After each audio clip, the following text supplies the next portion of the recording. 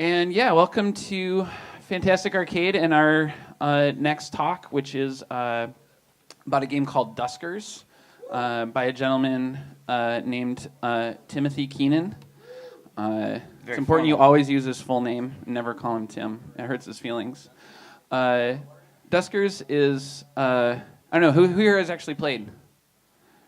Duskers is one of my favorite games from the last 4 or 5 years. I'm a little biased because it's just kind of about a bunch of things that I love already. So I actually don't know. Maybe Duskers is garbage, but I fucking love it. It's creepy and it starts out quiet and you do a lot of math as the player. It has a lot of confidence in the person clicking the buttons, and the things it does I think are really special. And most importantly, maybe most importantly, it relies on this sort of conceit, a video game conceit that I adore, which is you, the person sitting at the computer, kind of are the player because the game is about a person sitting at a computer, which I think is just fucking the coolest thing. So I'm going to turn it over to Timothy, who's going to present. He's going to play a little bit and talk a little bit about what he did and why, and then I'll probably ask him a few questions. And then you guys can ask him a few questions. Take it away, Tim. Oh, round of applause. You haven't even seen him talk yet. Maybe it'll be boring, but clap for him anyway. All right, so I'll try to earn that applause then. Is this good? Is this microphone? I was told I needed to make out with this microphone. So I think what I'm going to do is I wanted to give a quick little talk about some of the design of Duskers, and then after that, maybe Adam and I'll do a little like QA session, because that might be interesting.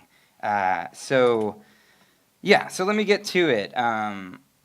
So this talk I'm calling Finding Duskers, and I'm calling it Finding Duskers because I think the design process I went through to find Duskers was a little bit non-traditional, and I started realizing that. I think a lot of times when you think about telling people something about how you made your game, it's a lot of times you're not thinking about it when you're making it, and then in retrospect you go back and you start thinking about what the heck you did. So this is my attempt to boil that down into something useful for you guys, and we'll see if it works at all. So I also threw this together in the last day, so unfortunately there's not as many cool pictures and movies and stuff as I'd like to be in there, so you're just going to have to hear me talk and look at words a lot. So what the fuck is Duskers? Oh, I probably shouldn't swear. So we'll start off. Why don't I just show you guys the trailer, and that makes life a little easier for everybody.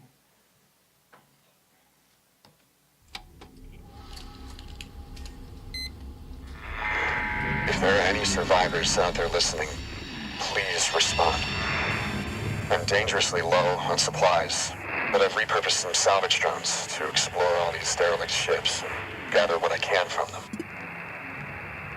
Been to over 20 ships now. Haven't even found a single body. I can only power the ships an area at a time, but it gives me access to the ship's systems, airlocks, ship defenses. Useful for when the motion sensors pick up movement. Whatever is moving in there, it's curious. I seem to be running into them more frequently. I'm still trying to piece together what happened. Most of the ship's logs are corrupt. Those that aren't making much sense. Is anyone out there?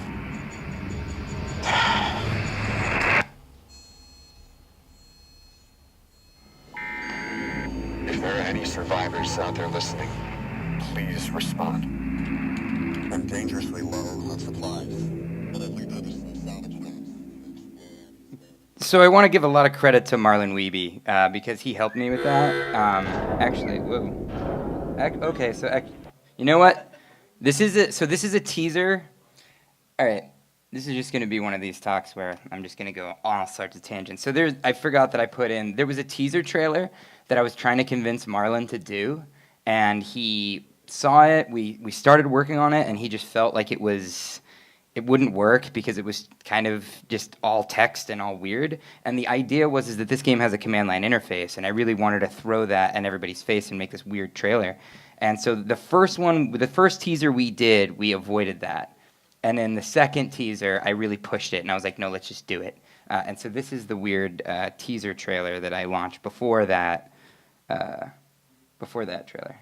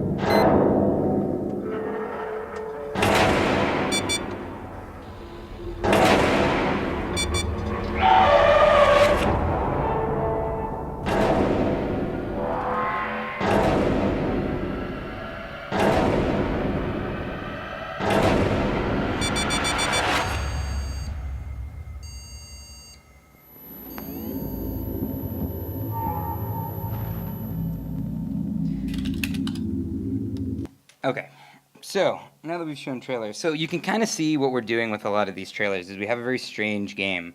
And what I'm trying to do throughout most of this is not only to enhance what you understand about the game by just showing what's weird about it, right? There's a command line in there, and that was like almost the whole thing was command line. But then also showing the atmosphere and the player fantasy, which I think is something that we did that was really strong in this game. And I think that a lot of times if you have a game that might be strange and screenshots might not show what it is, you can really use trailers to kind of enhance that whole like this player fantasy thing, which was what was really strong about the game. So speaking of that, whenever I kind of don't always go to talks myself, and so a lot of times I feel like when people talk about things, I kind of need to know that you know what you're talking about. So with Duskers, I don't want to talk about anything other than, in theory, what we did right, and then how, in theory, we did that right. So a talk recipe for me is, what did the game do well, and then show me how you did it, right? So what did the game do well? We got a lot of praise from like Rock, Paper, Shotgun, and Kill Screen, and Wired, and Ars Technica, and a lot of that revolved around the cohesion of the game, right? So in this, he talks about the feel, atmosphere, and mechanics of your game perfectly matching the style of the game. And so I think so then the big question of that is, how did we do this, right? And so I think that what a lot of the reviewers loved about the game, and we got like, sort of like Game of the Year mentions in like at least in the first half of the year, and hopefully I'll ping those guys for the second half of the year so they don't forget us. But I think a lot of them were talking about this cohesion of this feel, the atmosphere, and the mechanics. And then in other terms, like the fact that the game was innovative, because otherwise they might not have cared about this aspect of the game. But then how we did it so well. Like Rock, Paper, Shotgun was talking about how we kind of did Alien better than any official Alien game, which was incredibly shocking to me and flattering. So how in the world do you do that? How do you make all of these things feel cohesive and whole? And I broke that down into 3 very long, boring bullet points. But I realized before I go into these bullet points, I realized that all 3 of these bullet points have design pillars in them. And I realized that design pillars as a concept is something that maybe not everybody understands. So really quickly, what is a design pillar? So a design pillar is supposed to be that you have a game idea and you have these nougaty centers of your game that you revolve all your decisions around. And this is how you make your game feel cohesive. Like if you're making a game that is all about platforming, then one of your pillars might be that the game feels the responsive controls, and it makes you feel like you're running through a forest or something like that. So then I started looking at design pillars and how I did design pillars, and I realized that I did them in what I would consider a non-traditional way. I would consider that just because I did a Google search and I clicked on a couple links, and I started looking at what design pillars were. And a lot of people say that you establish your design pillars before you make the game so that you know what you're making. And then a lot of them use features or high-level mechanics as their pillars. And I didn't do that. And as a caveat, this is really good for games in established genres that have tight deadlines. If you're making a AAA game that's a sequel or something like that, I think that it's really good to do it that way. But if you have a little bit more freedom, I think that discovering your design pillars along the way instead of beforehand, and then also using emotions and feelings more so than just features, I think it allows you to explore a space more iteratively and then get somewhere that you didn't realize you started on that path. So real quick examples of traditional design pillars. Someone might say, okay, we want nonlinear branching stage progression. And to me, this is kind of soulless. It's kind of like, yeah, you want, branching, you want stage progression, but like that's not really like the meat of this game. And like, I don't think that any reviewer is ever going to be like, oh man, this game was so nonlinear and it had this branching stage progression. And I think it's not that everything's about reviews. I'm really using reviewers as a funneling of players, right? Like these guys are playing your game, and just like people on your forums, they're asking for an experience, and you're trying to give them that experience. So here's another quick example that's a little bit better. I found some design pillars for Assassin's Creed 2, and they had fight, navigation, and social stealth. And that's better than the previous list to me, but it's still features. It still feels like bullet points on the back of the box. And it's really, like I said, for this game, I think that makes sense. But if you're making an independent game, and you might be exploring a space because you don't have a giant team that you have to make sure that like you fit your budget within. I mean, we definitely have to worry about budget, but I mean, I think that because there are less people working on it, you can kind of have more iteration, I feel. So let's go over really quickly what I think. I think that you create design pillars throughout development, because I don't know where I'm going to go when I start. And that's scary.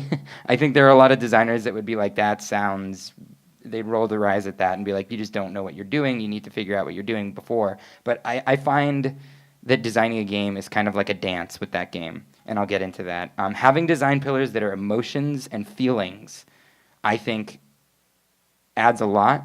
And then staying true to your design pillars with every design decision. And that's more classic, but it's almost like having an incredible laser focus on all your design pillars. So real quick, creating design pillars throughout development. Like I said, I feel like you need to listen to your game and have your game tell you what it's all about. And that sounds really weird. But I really feel like a lot of times when I made design decisions that fit, they didn't fit because I was forcing them in there. The game already knew what it needed, and I was just bumbling along, running into walls, and then all of a sudden it was just like, oh, this is super obvious. Like, why wasn't I listening to my game, what my game was about, right? So I think of my game as like a dance partner in a really weird way. Like, I might be leading it, but like there's emotion, and the game is going to lead me where it wants me to go into these spaces. Emotions and feelings, I think that these can be so much more pervasive than like multiplayer as like a design pillar. Because if you say something like my design pillar is realism or isolation or love or fear or any of these things, like it can seep into like the audio design, it can seep into the UI design, it can seep into every atmosphere, where I feel like if it's just a feature like stage progression or branching, that's not gonna filter into like the sound design. So like I like to have things that will seep into every aspect of the game, and that's what I think people responded to with this game, is that everything felt like it was. I had a screenplay writer, and he used to say like everything should be rowing in the same direction, and I think that's like what I'm getting at. It also leaves you room to explore different solutions as opposed to a feature. Like you can't put isolation in a box. Like it's just like that's something you can explore in so many different ways. So it's really hard to ever check that off the list and be like, okay, we're done with that. It also focuses on player fantasy. Now every game doesn't need to have a player fantasy. What do I mean by player fantasy? Like Tetris, not such a strong player fantasy. And they're blocks, they're coming down. But in Duskers, you have a very strong player fantasy. Like Adam said, like you think that you are the drone operator, you're behind a keyboard and you're operating these machines. And it's a very strong sci-fi sort of player fantasy. And I'm really down with that. And it's really engaging to the audience, and it feels really good as a game designer when any artistic intent you have gets reverberated back to you. Like people tell you that they felt that. It's kind of amazing. So I think that a lot of that comes through player fantasy. So stay true to those design pillars with every design decision. All right? I'm talking about a lot of times I think people might have a design pillar and they're like, oh, yeah, we do that a little. I think you should have very few design pillars, and those design pillars you should be like ridiculous about. Like, absolutely. I hate to use, I need like a good analogy for this because I always say it's like a pit bull locking its jaw, but like I've had several pit bulls and they're great dogs, and I hate to keep that horrible stereotype going. So laser focus seems lame. If anybody comes up with like a good, like absolutely laser focused, obsessive, crazy, well, let's use Adam Saltzman as an example. So here's a game called Capsule. All right, and when I saw this game, it changed the way that I thought about making a video game.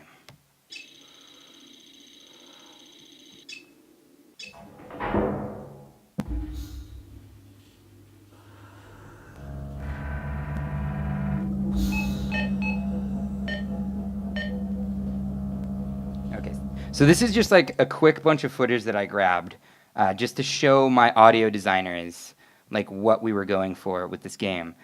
So when I talk about laser focus, if you watch this game, like there was no doubt in my mind like what was going on here, right? We had text scrolling across the screen, we had a bend in the monitor like it was a CRT, we have scan lines, we have boops and beeps, like this thing screams like retro, gritty interface, right? Like, and the sound design and everything about this game is going in one direction.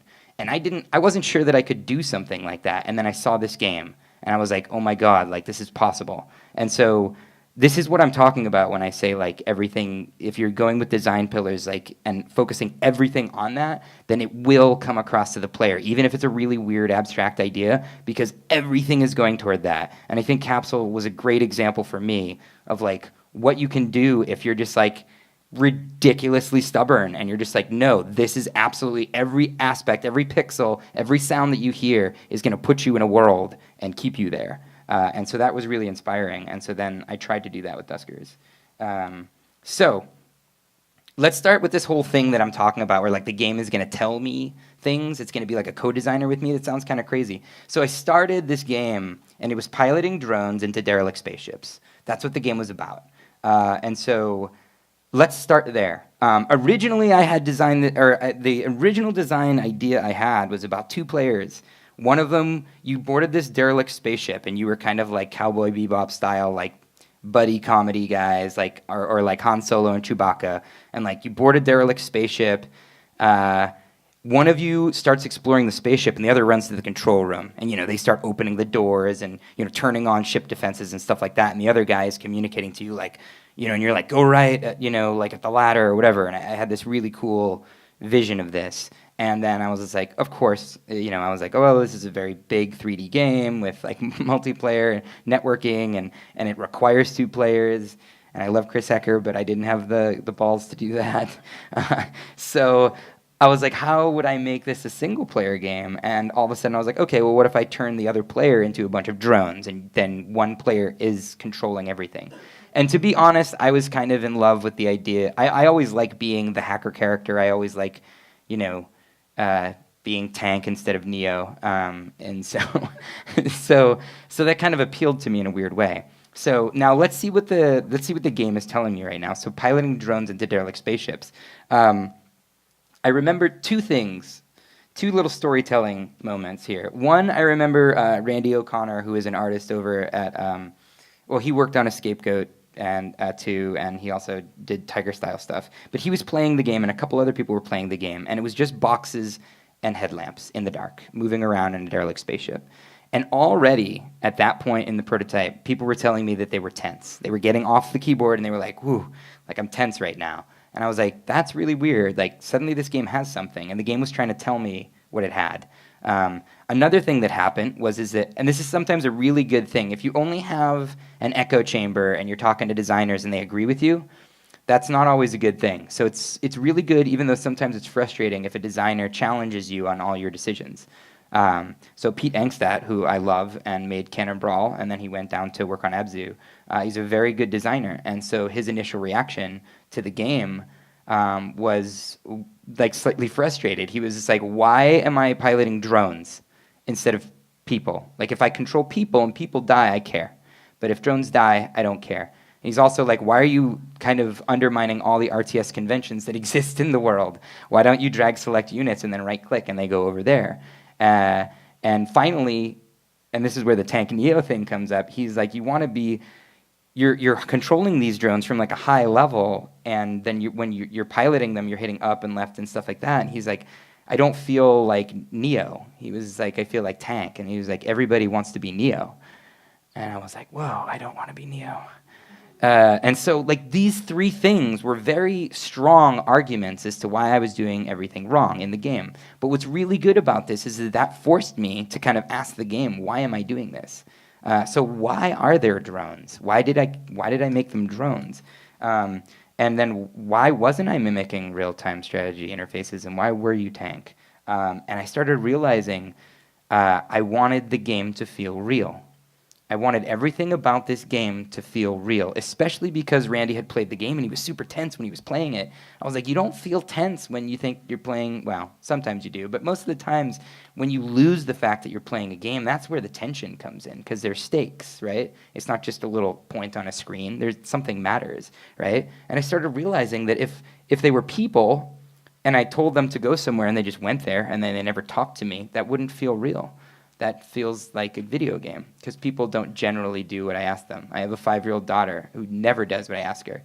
But I've played with remote control cars, and they always do until they run out of batteries. So all of a sudden, I'm like, oh, this is what this thing is all about. All right, so now let's expand on this. The realism, or feeling that this game is real, is a design pillar. Right? So how does that affect everything in the game, right? Well, I just told you how it affects drones, right? Like now you're controlling drones. I could be sitting on my keyboard remotely controlling drones in the real world. That could happen, but I can't control people, so that's why drones, right? A command line interface makes it feel very real that I'm controlling these drones, because I've seen that. I've used commands to do these things, right? The one-to-one, which is what Adam was talking about, was something that feels very real. If I could make you feel, this is big to me, and it's subtle. How do I explain this? So I wanted you to be the drone operator. I didn't want you to be playing the drone operator, okay? Actually, do I have a, okay. This is actually, I thought ahead. I'm so proud of me. So what the heck is this? Okay, this is the opening to the game, all right? It is a boot screen. You guys have seen, I mean, I'm assuming you guys have seen boot screens and BIOS screens and stuff. I know that we're in the generation of iPads and stuff like that. But, like, this is a boot screen. I'm pretty sure people know what that is. And so at the very beginning of, or not at the beginning of the game, but at one point, David Rosen, who makes a cool game called Overgrowth, and he made Receiver. And by the way, I'm going to be name-dropping a lot. And I'm not name-dropping to name-drop. I'm name-dropping to show that like most of the good ideas in Duskers were from other really good designers. So that is another thing I would say I would do all the time, is just talk to other designers, even if it's not about an exact problem, even if you're just, you know, ruminating on your game, because they'll come up with really great ideas and you can totally steal them. Capsule. So what will happen is that I was like, so David had a really cool idea, because I was having trouble. People were playing the game and they were controlling the drone. And they were like, oh, I'm the drone, because I'm hitting up and the drone goes up, so I'm the drone. And then I'm like, no, okay, let's back out. So then it's like, okay, now there are multiple drones. And like, oh, it's like a party of drones. This is like an RPG, right? I've got like my area control drone, and I've got my like melee drone or whatever. And I'm like, no, you're the drone operator, and how do I say this to people? And so David was like, what you should do is you should have a bed of monitors, like Gorman in Aliens, which is obviously a big inspiration behind the game. And then you sit down, and then you zoom in on one monitor, and then you realize you're the person behind the monitors. And I really like that as an efficient solution, but something about my gut was like, that doesn't work. And it was this pillar. It was realism. As soon as I show the camera moving around a bed of monitors, that's not me. That's not real. That's a 3D rendered scene, and it's not where I am, right? And I'm not moving my head. I'm not sitting down in a chair. I'm already sitting down in a chair. There's already a keyboard in front of me. There's a screen in front of me. So what I did instead was I made a boot screen to let you know that this is your computer that you're sitting in front of. And everything in the game is one-to-one. There's never a point where you zoom out of the screen. I don't have a crack in the screen that's not really there on your monitor, or a reflection of your face or anything like that, because it's not your face. And your monitor might just do that normally. So everything about the game was one-to-one. The drone view, and this comes up later, and these are very bad images. I just grabbed these really quick. Originally, the game had like a closed-circuit TV look, which is something that we're very used to seeing, and it's creepy. And this game had a creepy vibe to it, so that was like insta-win, right? And then something started bothering me about it. I'm like, why is there a closed-circuit TV camera like a couple feet above the drone? And no one's really going to bother me about this. I'm pretty sure if I had launched the game that way, no one would have been like, oh, it's unrealistic. But like, it just... I worked at DreamWorks Animation for 10 years, and I remember working on shots where I was like, no one is going to notice this. Like, these details that we're putting into this movie, like, no one is going to notice. And they would say, you know what, no one is going to probably notice that one thing, but in aggregate, it creates a feeling, and it creates an atmosphere, and it creates a level of polish that people are going to notice. And I bought into that. And it's the same thing with your game. You might make a lot of small decisions that you think no one's going to notice, no one's going to care, but later on, when people get your artistic intent, they might not be able to put your finger on it, but they'll see it. And then sometimes they do put their finger on it, and it's kind of crazy. So slam imagery is something that a lot of drones and stuff do now, where it's basically casting off rays to the environment, and it's just kind of getting data back on like where the walls are, and where basically it's like collision detection, it's like edge detection, right? And so what we did was we started changing it to be that, right? And I was like, because this feels real to me. Like, I'm piloting a drone. The drone doesn't see the world the way that I see it. The drone sees the world in this really weird way, and I'm trying to interpret that. And that's going to lead to a design pillar that's coming up. Yeah. Okay, so now I'm at this point where I'm like, everything in the game kind of feels real, and the game is going along, right? And now I'm looking back. This is not exactly how the process worked, but I'm reverse engineering all this stuff to try and figure out how I got there. All right, so now let's look back at our original premise: piloting drones into derelict spaceships. That's a big word, derelict, right there. Well, it's not a big word, but it's an important evocative word. That's what I meant. And so, why derelict spaceships? Originally, I had this sort of buddy comedy with these two guys going in, and they're trying to loot these spaceships, and because it's a get-rich-quick scheme, or they owe a gangster money. Again, this whole Star Wars thing just creeps in everywhere. So it's Han and Chewie, and they owe money, and so they're just going into these derelicts. And it had a very Cowboy Bebop vibe too, if you guys have ever seen that. And I thought that was really fun.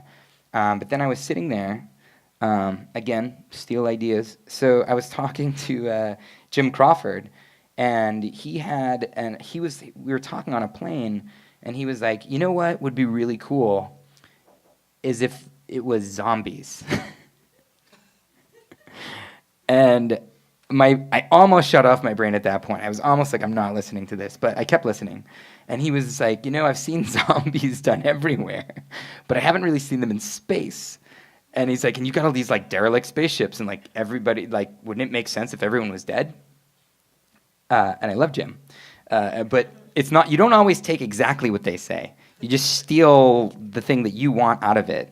So immediately the thing came up to me. I'm like, whoa, yeah, why are they all derelict?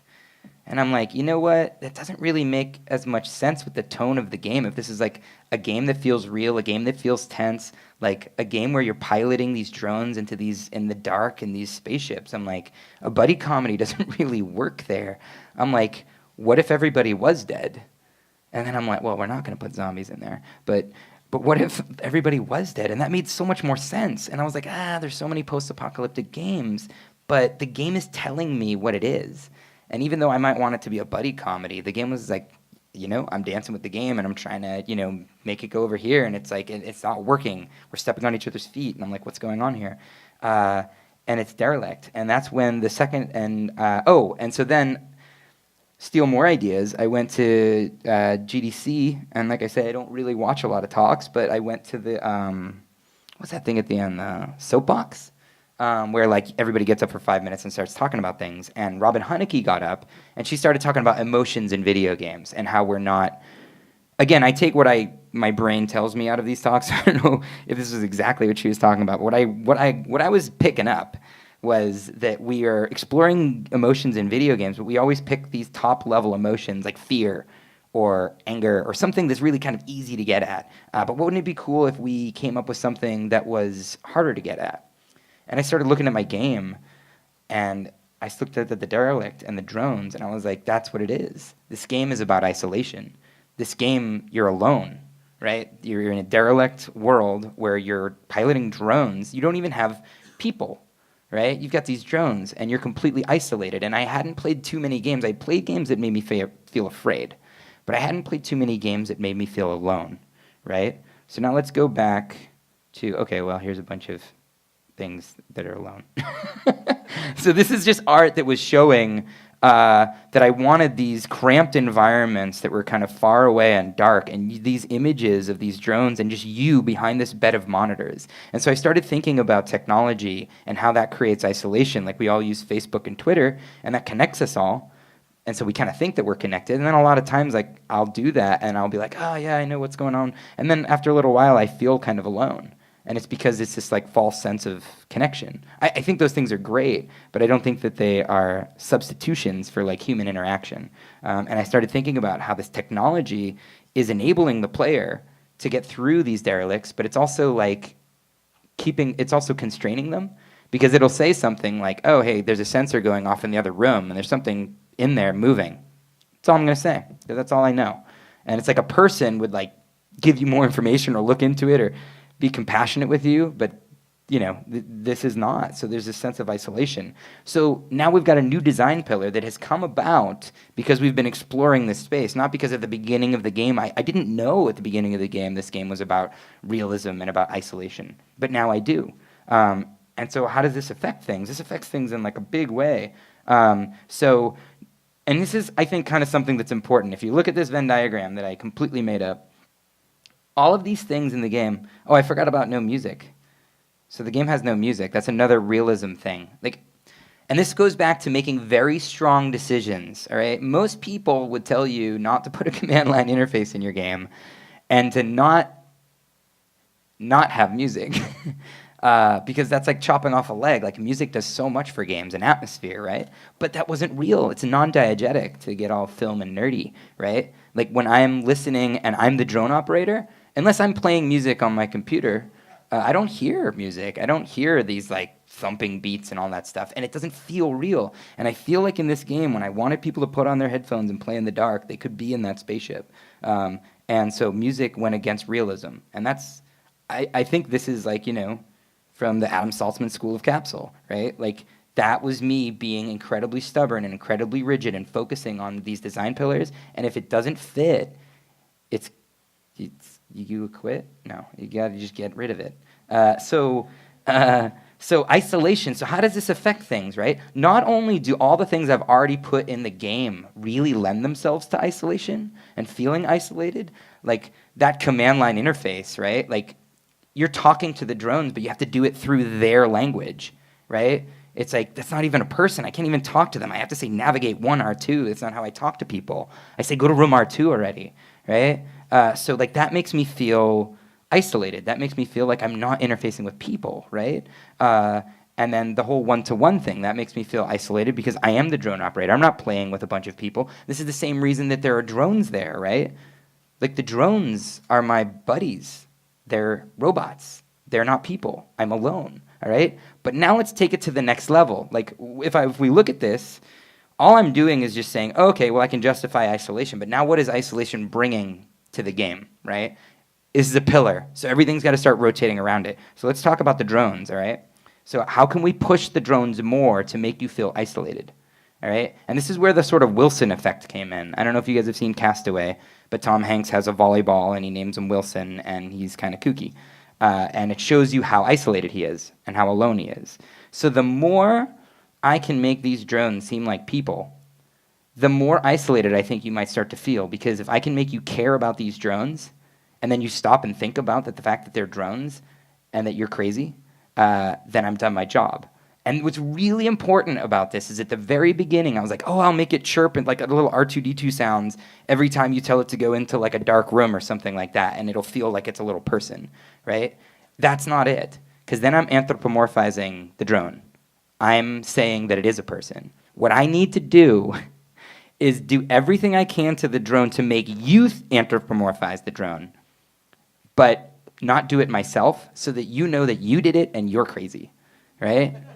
Like, that's very important. So what did I do? I gave them names. I let you name them, right? Every drone has a call sign, and they're all different. It's like beep, beep, beep, or boop, boop, you know? But only when you issue them a command, not in response to anything themselves, right? So, and the idea being, there's also this feeling when you drive a drone in somewhere and then there's an enemy that attacks you and the drone doesn't do anything, and it's like this little baby bird. It's just like, I'm getting attacked right now, but you told me to be here, so I'm just kind of hanging out, right? It's a robot, it's a computer program. So it's like, it's totally your fault, right? It's not that it wandered in there and you're like, it's like, you put it there, it trusted you, right? So like, maybe I am crazy.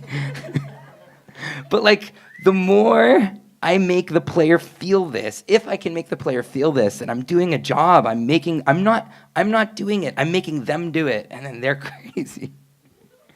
Okay, let's go back to this imagery stuff, right? Again, this is going more into isolation, right? Like, if I see the world in a video source as the way I see it, then it feels human. And when I look it through like this thing and I've got to interpret it, that feels not human. Everything in the game you interface with is not human, and it's very obvious that it's not human, and that makes you feel alone. You have no one to talk to.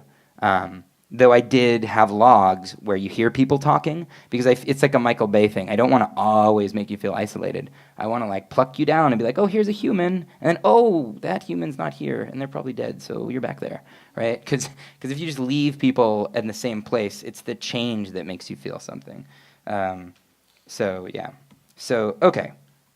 So just to go back to this, so now you can see how isolation is a pillar, but now it's starting to pull on things in different directions and strengthen them, in my opinion. And I think the fact that it is an emotion, isolation, allows me to hit all these weird things in weird ways, as opposed to just being like, oh, like I'm going to focus on, feature A, right? It's like, it can really take you in places that you didn't know you were going to go. And even though that does lead to some scope creep and stuff like that, I think it's worth it when you're trying to make a game that's innovative, because otherwise, if you set everything up at the beginning, by definition, you weren't really exploring a space.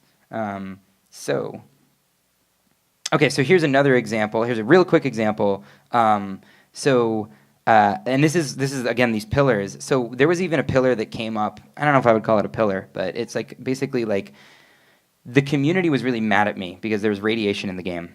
And the radiation would flood, and then you would have to adapt to that. And the game is about adapting to survive and stuff like that. So at first, when they were kind of whining about it, I had the typical whining. I had the typical designer reaction, which is just like, I tell you that this derelict is unstable, so you need to plan ahead for the eventuality that radiation might come out at you. And I didn't realize that the game, and when we talk about cohesion, everything in the game that would ever happen to you, you had time to respond, right? And because the game is about adapting, in order to adapt, you have to come up with a plan. So all of a sudden, I was like, wait a minute. So I didn't want to be like, hey guys, radiation is coming, in 15 seconds or something like that. But I was like, I did an audio cue that makes the ship creak. And then most of the time when that happened, radiation would flood in a room. You didn't know what room, and then sometimes it wouldn't happen. So there'd be this Pavlovian response where you're just like, oh crap, and you shut all the doors and you're waiting, and you're just like, son of a bitch. So not only do I get to troll my players this way, which is super fun, but also what I'm doing is if I just flood radiation, they have to react. They're not planning. But if I make the ship creak, suddenly they have to come up with a new plan. And that's what the game is about. The game is about things going wrong and you adapting to them, but never immediately. We have things chew on a door, and you got like 60 seconds before it breaks through. And now you've got to come up with a plan. Do you leave? Is there a way that you can do it? And your mind starts racing. It's this MacGyver type moment of like, I've got like a paper clip and like a pencil, and like, how am I going to do this, right? Except you have like a sensor and a lure or something. So I realized that this radiation flooding was inconsistent. It wasn't, and they were right. They knew my game. And so all of a sudden I was like, okay, now from now on, everything that happens in the game creates a new plan. Unless you open up a random door on the spaceship, and I know that some of you guys do that, don't ever do that. Okay? If that happens, then you do have to react very quickly. So just don't do that. So that's the kind of the end. So in summary, creating these design pillars throughout development, having design pillars that are emotions or feelings, and then staying absolutely true to those design decisions by making everything in the game revolve around those things. And I think that that's how we got the love that we got. So I think that's it.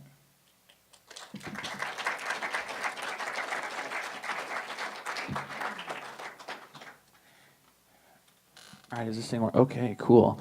Are these 1 hour blocks? What are we? Does anybody, who's in charge here?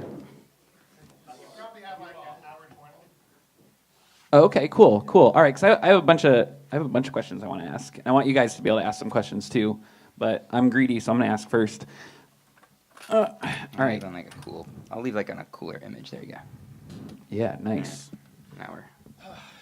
Okay, I want to ask. Some of these questions might be kind of dumb. The first question might be impossible, but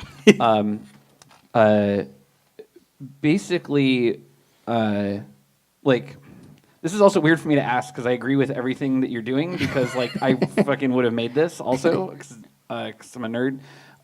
But I'm curious, like, why realism? Like, this is an outer space game. It's not real. You're a dude, and there's space zombies and like spaceships, and it's a future that might not happen and can't happen, and in a lot of ways is rooted in other forms of science fiction, right? So so why get like so hung up on these details, and like why take these extra steps to put somebody there?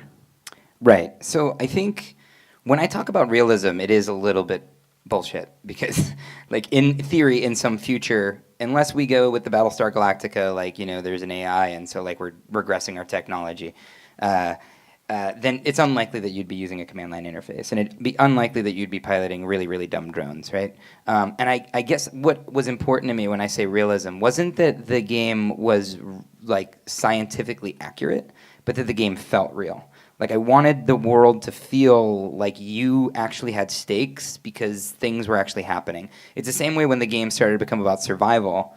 I feel like there are a lot of survival games out there, and this is absolutely fine. It's just one thing that you do when I think you make games, when you're making indie games, is that like usually you're not getting paid very well. Like, you're working horrible hours and all this stuff. So the one thing you can do is be a brat and just make the game you want to make. And I think that's what makes indie games amazing, is because there's like this, someone's bringing something to bear that is not the way that I look at the world, but it's so obviously cohesive with the way they look at the world. So I didn't want the game to be realistic. I wanted the game to feel real to the player. And I wanted them to feel like when they were in here that it was serious. Like, if you're exploring this derelict and things are going to go wrong, you got to get the fuck out. Like, or that things are going to go wrong, and that everything isn't hand-holding you, and that it just feels cohesive and it feels real. And that was really important to me, I guess. And I think that became important. Sometimes I feel like there are random things. Like, I always say, like, it's better. Let's come up with an even more obscure reality or obscure metaphor. It's kind of better to start sailing in like a direction than it is to sit down and plan out exactly where you're going to go. Like, I'd rather be like, all right, we're going to go toward realism.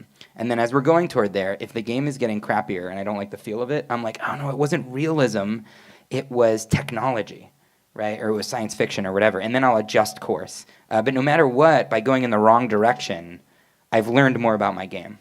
it's a lot like when someone gives you criticism about your game that you don't think is true. Like when Pete had like a lot of things, I had to justify to myself like why those things were. So I do feel that going in the wrong direction is better than sitting down and trying to map it all out. So I guess, yeah, when I say realism, I think I was going more for like that the player felt viscerally involved in the game. And how do I do that? And a lot of the things I did, which I didn't really talk about game mechanics and stuff like that, but a lot of that stuff was about low fidelity of information and stuff like that. So like this tech is giving you information, but not all the information you need, and that'll build tension, and that builds this sense that you're actually in this world, and that these cold interfaces are what you're interacting with.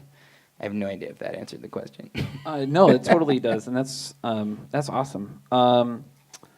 Oh man, my questions are out of order now, but I'm going to do this in a way that makes sense for what you're actually saying. I'm going to respond to the design of your talk. Yeah. Do you feel like there are drawbacks to designing this way, that's the first one I would say. Like, are there parts of this design that are because we use kind of a similar process when we make games, my wife and I, and I think there's a lot of upsides to it, but also our games are like 1.5 years behind schedule right now. That would be the main problem with this method. So I think there's a couple problems with this method, and I kind of gave that caveat at the beginning. I think that this is really good if you're trying to innovate, and I think this is really good if you're trying to be a little artsy-fartsy and have like an artistic intent that gets conveyed. I think where this method falls down is, number one, in scheduling. I would not do this for a game that I was like I said, like it's a sequel, it's AAA, you've got like a huge team, you got to rock through it. This is not a good way to do that, because there's a lot of like walking in a direction, like smashing your face into a wall and then going in another direction. It's also a little bit scary. Duskers, unlike any game that I've ever made before, I didn't know that it was going to be fun at first. I feel like A Virus Named Tom was kind of a mashup of two genres, and I knew those genres were fun, and so the fun was very fast, and then I knew immediately, like, if I had problems with something, where to fall back on, because I had established genres. Whereas in Duskers, it's like, is it a real-time strategy game? Is it a survival horror game? Is it like, some kind of weird, like, text interface game? Like, it didn't really have those things to fall back, and the analogy I always made was it was like we were growing this tree, and like the roots were pushing underground, but I didn't know the surface of the planet, and so like I'd hit a rocky, shoaly area, and I'd be like, oh, we can't grow our roots that way. I really hope I'm not in a bowl right now, because that would suck. And so you just keep sending out like little roots, and you start feeling your way through it. And fortunately, we broke through, and I found like something interesting. But I was really worried, really concerned for at least, I would say, the first 9 months to a year of this game, that I wasn't sure if it was all going to come together in this really nice way, or I was going to hit a wall. Actually, I did hit a wall. So that's my follow-up question. So yeah, please. So originally, this game, you docked your spaceship, and then you sent your drones in, and there were bad things inside. And the objective was to not die yourself. Like, forget the drones. They're expendable. So as long as the enemies didn't get into your crunchy bits on your ship, you were fine. So it became like a tower defense game. And I would I would send the drones in, and I would set them up, and I would open up doors and stuff like that. And it very quickly led to an optimal strategy of placing your drones at pinch points. And then the combat was incredibly boring. It was just like, oh, okay, like I set my guy up, I open the door, things come out, they shoot the things, sometimes they get through, then the next line of defense. It was just very sort of, optimal strategy, very predictable, not a lot of dynamic things going on. And I remember, again, this is the point at which designer Tim just steals an idea. So I talked to Alex Austin, who made Gish and Sub Rosa, and a million other games that haven't come out yet. But he said, I was like, I love this. I love how dry he can be sometimes. And I was like, man, I'm really having trouble with the combat in the game. And he was just like, well, why don't you just not focus on combat? And I was like, you're a fucking dick. It's what you are right now, right? Like, just fucking, why don't you just not focus on combat? And then like, why don't you just not make a game? Yeah, right. And then I stopped and I thought about it, and I was like, okay, what if I didn't focus on combat? And I was like, holy shit. That would make a way better game. Duskers does not focus on combat at all. It's completely about subversion, and that adds so much tension to the game that you're trying, just like Alien, right? You're not going to go up with a blowtorch, and you're not head on with these enemies. If you're doing it right, you don't see them. And so that completely changed the direction of the game. So that was an example of where I hit a wall. I talked to someone that was smarter than me, and I stole their idea, and then I got a better game out of it. So, follow-up question, is there, and you can answer either or both of these if you want, but is there something you really wanted to put in and you either didn't or couldn't, or what was the thing that was the hardest, or what was the thing that was the hardest to take out? It's funny, like a lot of people, like this only happened recently that someone asked, like, what is it that you, like, what is the thing about Duskers that you're not happy about, right? And I was like, crap. Like, usually with a game, I had an answer for that. And I'm actually really happy with the way that Duskers turned out. The only thing that I wanted to do more of was all the polish. Like, I wanted to add more. I wanted to, maybe have an additional enemy, or maybe have the sound design. I really knew the sound design was going to be super important. And at the end, I was really trying to cram it in. And actually, Robin, who worked on Capsule, remember the stealing theme? He came in on the last month or two to add in more audio into the game. And I'm super glad that happened because he's super talented. But I wanted more sound design such that you really felt like you were in that ship, and you really felt like, because we had no music. And I feel like we got close to it, but we didn't get there completely. I feel like we didn't, because we were, because you're focusing so much on gameplay and the systems and the roguelike nature of the game and like the exploration of the universe, and like there's so many things. And then that core experience, which I think we did a good job on, like I don't think we did as good as Capsule did. I think that Capsule, like with the refresh and like everything about that game felt so like spot on to me, and I feel like with this game we got close to that, but like because of all the other elements, like we just didn't have time. So if I had like more time to just polish and add all of those elements to the game, I would have been happy with that. But nothing like core about the game, not like, oh, I don't like this main aspect of it or anything like that. Yeah, for anybody who hasn't played it, if I feel like a lot of our conversation is about specific look and feel parts of the game, but also it has 15 quintillion procedurally generated spaceship derelicts. Yes. It's got like you travel around in a galaxy and there's a whole storyline. Like there's like this is kind of like a pretty huge game in a lot of ways, just experienced through a small window. Yeah. Yeah, like this isn't. Yeah, I haven't really talked about. Like I said, like I haven't talked about the game mechanics or any of that stuff. Like I was just trying to focus on that whole design thing. Yeah. Do you remember a certain point? It sounds like in a way. Maybe that the combat thing might have been this point, but what like I felt like on previous projects, there's a point where the game becomes easier to design because the game starts to get really frustrated with you dicking it up all the time. Like Yes. you'll be like, I'm making a game and I'm going to put in this mechanic and I'm going to do this thing, and the game's like, what are you doing? Stop it! And that's really hard to hear at first because everything's vague and nebulous. But there's Right. kind of a point where. That voice starts to get really, really loud. Do you remember there being like a specific thing where like it kind of crossed over? Like you were the lead designer for a while, but like was there a point where Duskers was more the lead designer? Yes, yeah, and I think right around that point with the combat, like I mean, like you're saying, like I remember putting in, I was like, okay, well, and there's actually a video that I tweeted out like a month ago or something like that, because I was rewatching the video, like some of my early videos to try to sort of prepare a talk like this, because that's always how it happens. It's never like, oh, I've got this great process and then I'm going to implement it. It's always just like you just make a fucking game and then you're like, wait, did we do anything right? And then you like go back and you try and like engineer a talk out of that. And so I was going back and looking at my videos and I was watching and I was kind of amazed. It was like so long ago that like all of a sudden I made this huge change in the game where like, yeah, it went from this tower defense type thing to this, creeping through the dark and like dropping a sensor in and backing out and then opening up the door and then seeing it go red, right? And it was just like a sphere that went on and it was so ugly, but it was like, oh my God, that's the game. And that was the time that like I found Duskers in a way, right? And then at that point, yeah, like everything starts to go downhill because then it's just like, you don't have, it's making the decisions for you. You're just like, oh, okay, well, like, what about this upgrade? No, that doesn't work at all. Like, it has to be something that adds this feel and this sensibilities. The only thing I think from then on that got complicated was the metagame, was like the universe and the roguelike nature of the game. And I had like a lot of ideas on like how I might do that.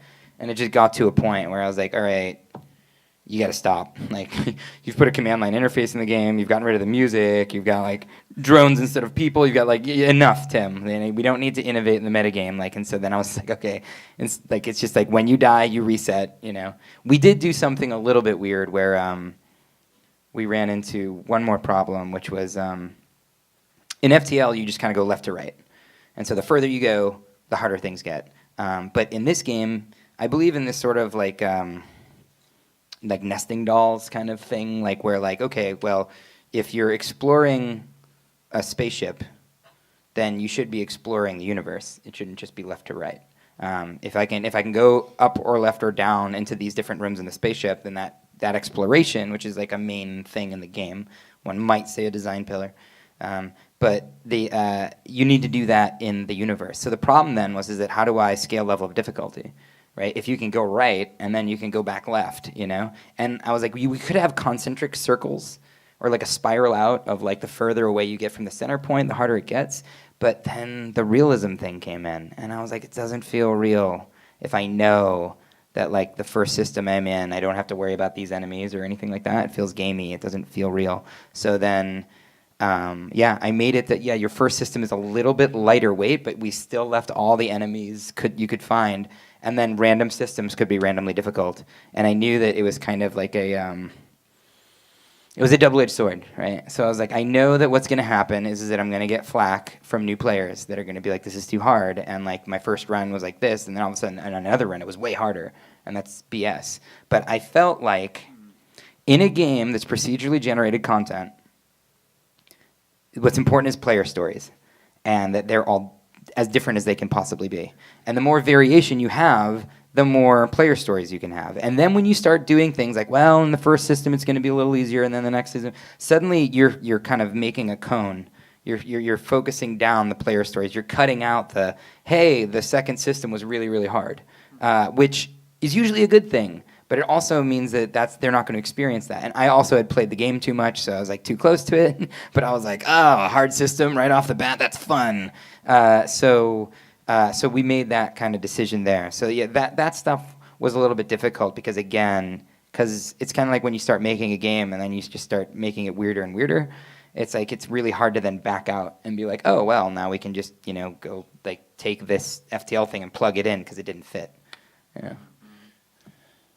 I have one more question before I'm going to turn it over to the audience who I can't see at all. So I'll go stand off to the side or something so I can see hands. But and hopefully this isn't a spoiler, but where did the name come from? Because I feel like it's kind of nonsense, but it's also pretty evocative. Yeah, it came from Holly. So it was another stolen idea. Wow, I'm starting to realize I didn't have any ideas on this game. So my wife, this is actually kind of a funny story. So my wife was sitting there, and I was trying to come up with a name for the game. And, okay, so I'm just going to turn this into a much longer story than it needs to be. Wait, what were the 10 worst ideas you had for the name also? Follow-up question. So this was also the only name other than the temp name. It was the first name we gave the game. So the temp name was Scavenger, because I decided that at the beginning of games I would obsess over names, and I didn't care about that anymore. I just wanted to make the prototypes. So I was like, well, you're scavenging ships, so I'll just call it Scavenger for now. So I'm doing YouTube videos of literally a paper prototype, with little action figures and stuff like that. And in the tradition of indies being just really cool and open and friendly with each other, an independent game developer posted a comment on YouTube telling me that I was ripping off his game, which was also named Scavenger, and that mean stuff. Not that mean, but I'm fragile. So I'm like, who the fuck is this guy? And telling me, and I'm looking at his game, of course, because then I'm like, I'm on the internet, I'm gonna find your game. And it's I really wanted to be like, hey man, you're ripping off Microprose with XCOM, right? It's why, I was just because it was at the time it was turn-based because it was a paper prototype. And I'm like, this game is not, it's a paper prototype. It's gonna change so much between now and, as you see, now it's real time and it's got a command line. It didn't have any of that when I was playing with a paper prototype. So, but anyway, so I was like, all right, I don't want to deal with these people. Like, let's just name the game something else. And even if it's temporary or whatever. And we're just like thinking of name ideas. And then Holly's like, what about Duskers? And I'm like, that sounds really cool, actually. Like, what is that from? And she's like, oh, I think in like Dragon Age there were like dwarves that like had to go to the surface, and they were called Duskers. And I was like, oh, that's really cool. So I Googled it, and it wasn't true.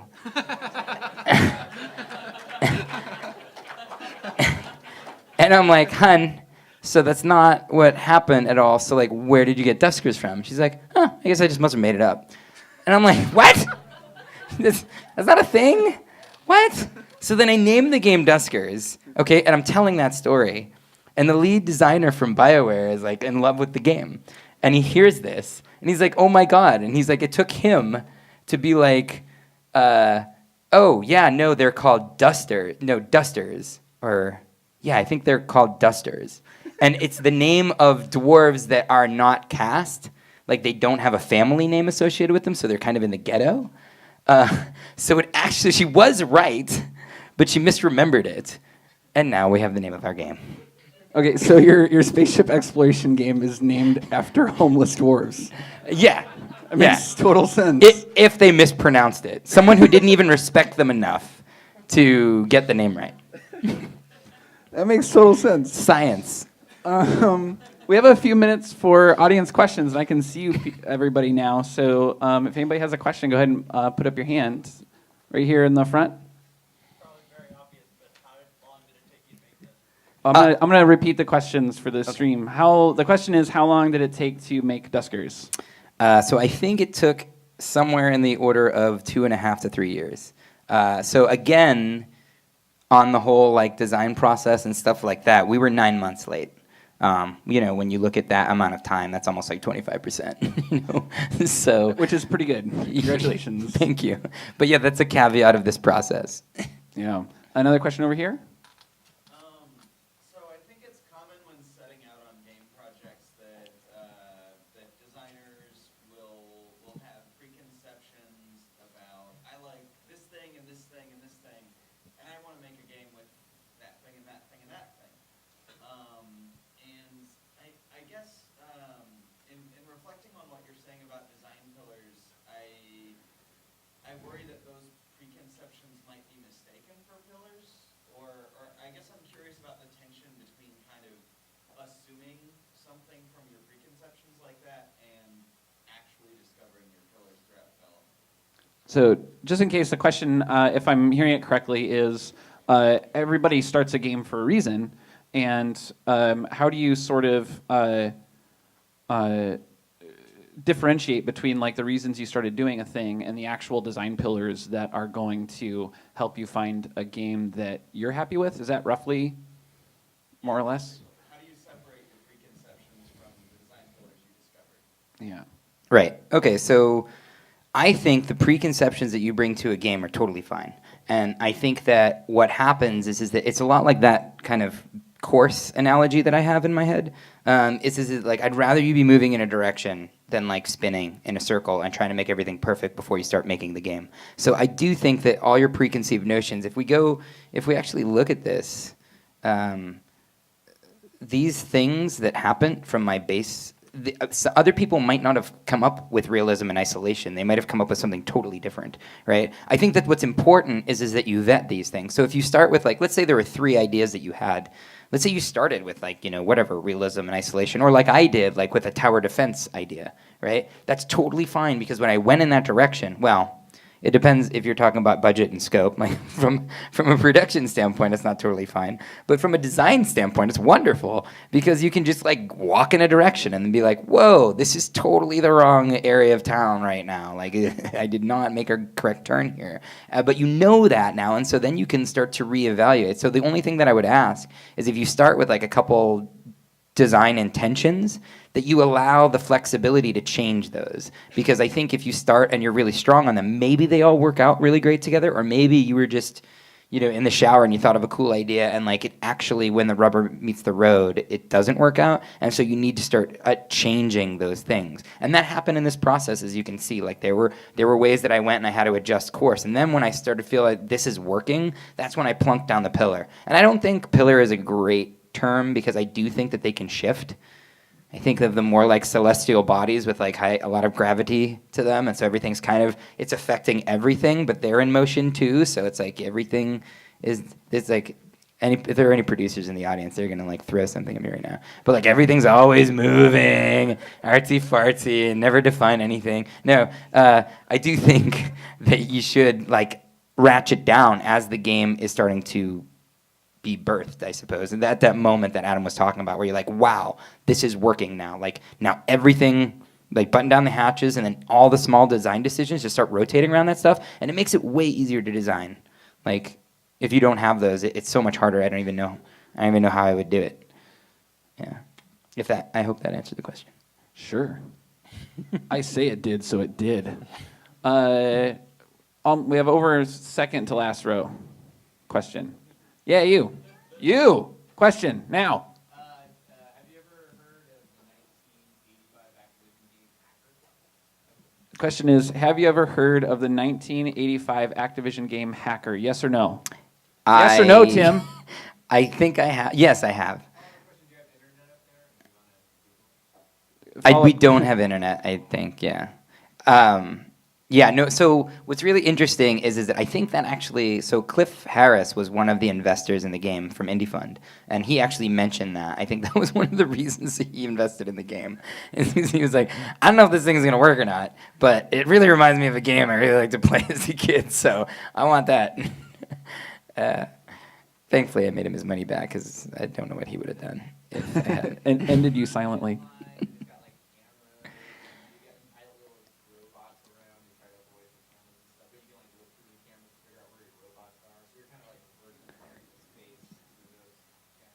That sounds awesome. This happens a lot. Like a lot of people, there's another game where you're frozen and you have to have robots do things for you. I can't remember the name of it. It's on. There's a guild thing in the Japanese DS Guild series. Japanese designer made a game about exploring spaceships, and I forgot what it's called now. Oh, okay. Help, Brandon. What's it called? In the Guild series, the spaceship exploring game. Yeah, Starship Damray. Right. So this is a really interesting aspect of game development, right? So a lot of times, like people will ask me if I've heard of these games, which apparently Duskers is very much like, and I haven't, or I haven't played them at least. Some of them I have, and this gets into this really weird space where, like, right now I'm designing a game, and we're looking at a lot of reference, and it's like there's this kind of push and pull thing. You're like, I don't want to be completely influenced and be derivative by having played every game that's like my game, but I want to be informed by design decisions that they made, right? And I think at the end of the day, every time you make a game, it's going to go in its own direction anyway. It's been very rare that I've like been playing another game for reference, and then all of a sudden I'm like, oh man, I'm making a clone right now. So that doesn't really happen. But yeah, it is really interesting. There were several games that I've been asked as time has gone on, like that if I had played them, and most of the answers were sadly no. So no, I hadn't played Hacker. I'd heard of it from Cliff, but I might have done a YouTube like look at it, but no, I stole from everything else, I think. There was another one up in the back. Yeah. So you mentioned that you've done a lot of playtesting along the way, and I'm really interested in the relationship between specifically like production, art, aesthetic, and when you're doing that kind of gut checking, that you're doing this process of sailing the direction and being a brick wall.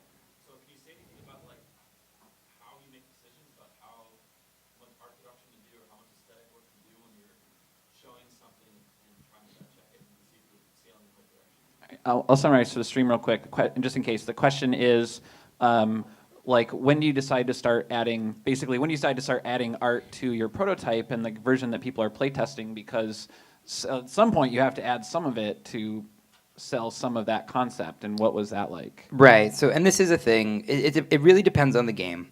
and how integral everything is. As you can see in this game, the look became very integral to that cohesive feeling. But for me, I try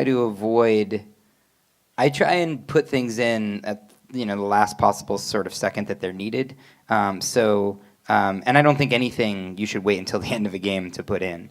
But what we did with Duskers was we did do a lot of playtesting. And I gray boxed it as much as I could for as long as I could until I felt like the game felt right. And like I said, we literally had boxes and a headlamp. And what was important there is that you felt alone in the dark. And that I had a camera view on the drone view that was a little too close for comfort and made it feel a little claustrophobic. So those were things that I paid attention to. But then the actual shader look of everything, it's going to influence the game a lot, so it's really hard because there's usually a push and pull between all these things, so you don't want to wait forever. But like you're saying, like if all of a sudden you invest all this time and effort into a look and I hadn't even come up with the isolation thing, then that might influence it so much. And again, not that that would be bad, because every time you go in a direction you have to change it. It's not that bad, but I'm trying not to be the worst producer in the world. So so I usually like to delay things as long as I could. So we did do, we literally had boxes and headlamps for a long time, and spotlights for a while. And then all of a sudden, I think a GDC came up, and I kind of wanted to show it a little bit to press. It was probably one of those times when I actually thought the game was going to get done in a reasonable amount of time, and I was like, well, we better start talking to press. And so we did. That's when we put in that closed-circuit TV look, which wasn't right at the time, but it was something. And it actually, suddenly I started to realize that, that wasn't the right look. So it was really informative. But yeah, me personally, in an ideal world, I get like a solid design down. The game is fun without... I guess there's an analogy here to film, because I was at DreamWorks for like 10 years, and what would happen is that we'd go to a screening of a movie, and the movie would be all storyboards, which is, I don't know if you've ever seen anything like that, but like basically it's just like a static image. It's a sketch for about like every like 2 or 3 seconds it switches based on the camera, and if I sat down in a movie like I did with Over the Hedge, and I watched it, and I was like, wow, that was a good movie. Now it's going to be really good because we're going to make it look beautiful, And in a lot of other movies, it would be like, wow, that third act really isn't working. Like, if we can't like polish that enough to make it good, right? So it's the same sort of thing with like game design. However, I could totally see in certain games, like Unfinished Swan, or like something where like the aesthetic is so important and pivotal to the game that come along a lot earlier. My favorite playtest story is at the beginning. All I'm doing is playtesting with game devs, because they're the only ones that are willing to play my game that early. And so what's great is that everyone gave me the same response to the command line. They were all like, "Oh man, I really love the command line. You totally need to take this out of the game." And it was one of those moments where it was just like, I like it, but like they're not gonna like it. They don't get it, right? And it does seem kind of crazy at first. You're like, ooh, a command line interface. Like I just don't want to sell the game. But what happens is that you start to realize like, hey, I'm not at DreamWorks anymore. At DreamWorks, we had to make Shrek such that it's appealing to like a 3-year-old, like a 25-year-old, and an 85-year-old, because the movie costs so much money to make. If it's not in like the top 5 grossing films of that year, like we've failed. We're gonna go out of business, which is crazy. But like when you're working with like a couple people, contractors, and you pay everybody horribly because it's a living, you can then all of a sudden you can sit there and be like, you know what? I mean, we don't need to make like $150 million to break even. Like we could sell to significantly smaller audience than that. And then you're like, I would rather. In this era of Steam and 20 games a day, I would rather very strongly target a niche audience that is gonna be really excited about my game and evangelize it. And then also when you're on the forums, like they love it, right? Then make a game that's not as targeted and you're trying to go after an all audience sort of thing, and then suddenly you're competing with all these other games and your audience is kind of not as crazy. I think that is all the time that we have. Thank you guys for good questions. Thank you, Tim, for talking so much about your amazing game.